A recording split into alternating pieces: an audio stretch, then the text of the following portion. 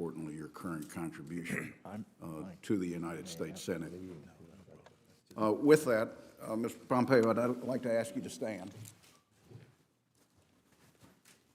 And Mike, if you would raise your right hand. Do you solemnly swear to give the committee the truth, the full truth, and nothing but the truth, so help you God? I do, sir. Please be seated. Mike, before we move to your statement, I'll ask you to answer 5 standard questions the committee poses to each nominee who appears before us. They just require a simple yes or no answer for the record. Do you agree to appear before the committee here and in any other venues when invited? Yes, sir. If confirmed, do you agree to send officials from your office to appear before the committee and designated staff when invited? Yes, sir. Do you agree to provide documents or any other materials requested by the committee in order for it to carry out its oversight and legislative responsibilities? Yes, sir. Will you both ensure that your office and your staff provides such materials to the committee when requested? Yes, sir. Do you agree to inform and fully brief to the fullest extent possible all members of the Committee of Intelligence Activities and Covert Action rather than only the chair and the vice chair? Yes, sir. Subject to something that the President directs, I do. I will always try and do that. Thank you very much. We'll now proceed to your opening statement. The floor is yours, Mike. Thank you very much, Senator Burr, Senator Warner, members of the committee.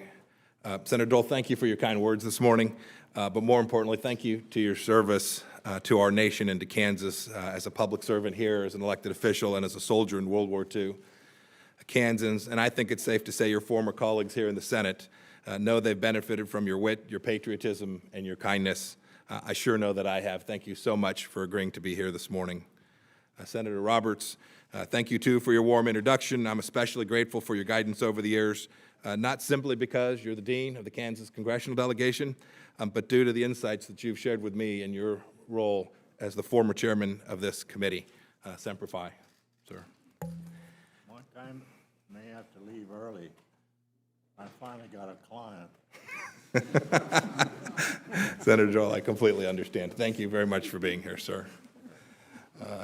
Chairman Burr, Vice Chairman, Senators, thank you for the opportunity to appear before you today as the nominee of the Director of the Central Intelligence Agency.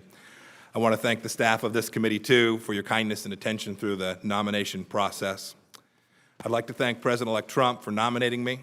It's an honor to be selected as the next steward of the world's premier intelligence agency.